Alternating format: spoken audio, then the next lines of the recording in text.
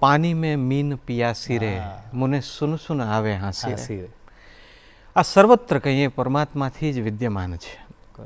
આપણે માનીએ ને માનીએ, આપણે જેમ ઉદાહરણમાં ચર્ચા કરી એનાથી ફેર પડતો નથી.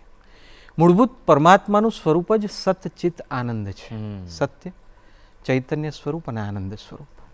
અને બધા જ આપણે સુખ શોધીએ છીએ. કોઈ જ એવું નથી કે જેને સુખ ન જોઈતું હોય. મેં મારા પુસ્તકોમાં હેડિંગ આપ્યું છે, કોઈ એવું નથી જેને સુખ ન જોઈતું. તો સુખ જોઈતું હોય તો અધ્યાત્મ છે. અને જો લોકો એમ માનતા હોય કે હું ઘણી બધી જવાબદારીવાળો છું, અધ્યાત્મ ન કરી શકું, હું ગૃહસ્થાશ્રમી છું, અધ્યાત્મ ન કરી શકું, તો એ રાજા જનકથી લઈને હું એમ ચોક્કસપણે કહીશ કે અત્યારના આપણા વડાપ્રધાન નરેન્દ્ર મોદી સાહેબને જોઈ લે. ગમે તેટલી મોટી જવાબદારી હોય તો પણ વ્યક્તિ જો ઈચ્છે તો અધ્યાત્મના ઊંડા દરિયામાં એ ખરેખર ખેડાણ કરી શકે છે. અને એમાંથી એવા અલભ્ય મોતી મેળવી શકે છે કે જેના વિશે શબ્દોમાં કહી નથી શકાતું.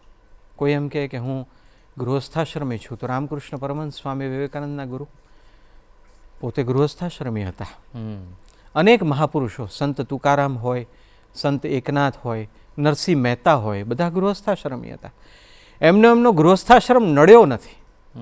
વ્યક્તિને એના અને ભગવાન વચ્ચે, વ્યક્તિને જે જોઈએ છે એ જ અનંતતા પ્રાપ્ત કરવા વચ્ચે નડે છે તેની ખોટી માન્યતાઓ, જેણે માની લીધું છે કે આ મારાથી નહીં થાય. માટે સ્વામીજી કહેતા કે સ્વયં પરની શ્રદ્ધા અત્યંત આવશ્યક છે. સ્વામી વિવેકાનંદના વાક્યોએ કરોડો યુવાનોમાં એ જાગૃતિ ઉત્પન્ન કરી. સુભાષચંદ્ર બોઝથી લઈને આપણા વડાપ્રધાન નરેન્દ્ર મોદી સાહેબ સુધી બધા જ સ્વામીજીના એ વાક્યોથી જાગૃત થયા. જો તમારે કંઈક અસાધારણ મેળવવું છે તો એ અનંત શક્તિશાળી પરમેશ્વર અંદર રહ્યો છે.